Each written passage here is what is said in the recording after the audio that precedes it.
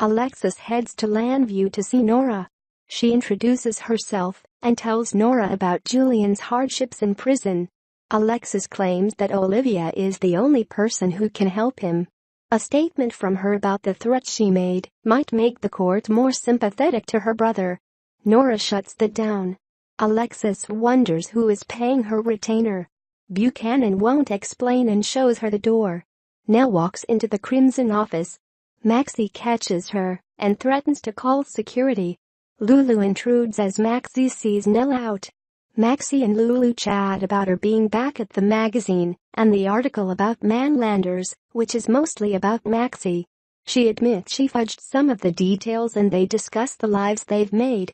Lulu admits she's bored now that Charlotte's custody is settled. Maxie thinks she should come back to work and starts clapping. Lulu says there's no chance and reminds her of why Nina fired her.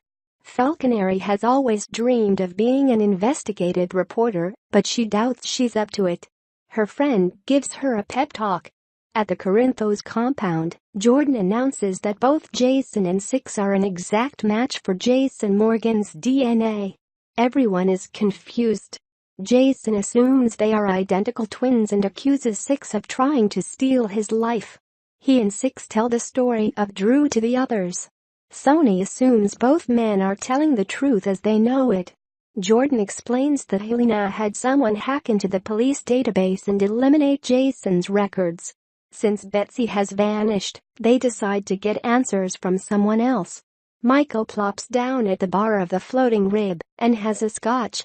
Nell comes in, sees him, and decides to leave. He encourages her not to. She joins him and fills him in about getting canned at work. He suggests she stand up to Maxie and pays for her drink. She thanks him and exits.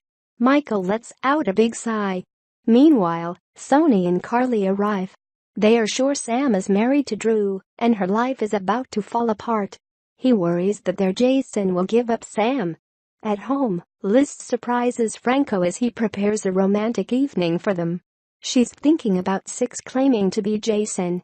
They discuss her feelings, and she assures Franco that she loves him, regardless of who the real Jason is. She asks him to drop the charges but he's reluctant. Scott rings the doorbell until his son answers. They stand on the porch and Scott warns his son that he's making things worse. He thinks Franco should clarify who the real Jason is. Franco worries he could lose Liz. She interrupts, then Sam, Jason, Six, and Jordan show up, looking for answers. Franco tells them that Andre gave him Drew's death certificate and then disappeared. Jordan is perplexed and decides to put out an APB. Everyone leaves Franco and Liz alone. She's confused by Andre's actions.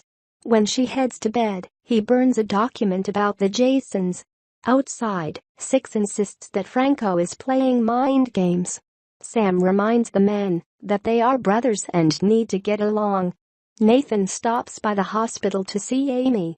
She complains about her brother's problems. Since she can't get through to him about his drug issues, she hopes Nathan can.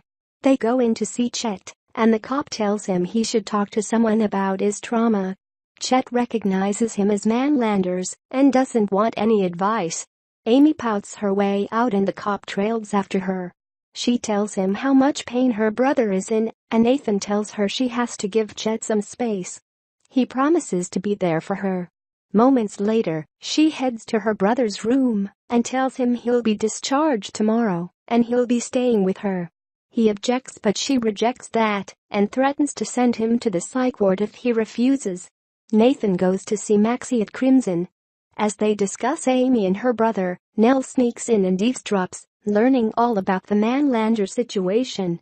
On the next General Hospital, Carly attempts to be of assistance. Anna uncovers something. Nina is trying to be careful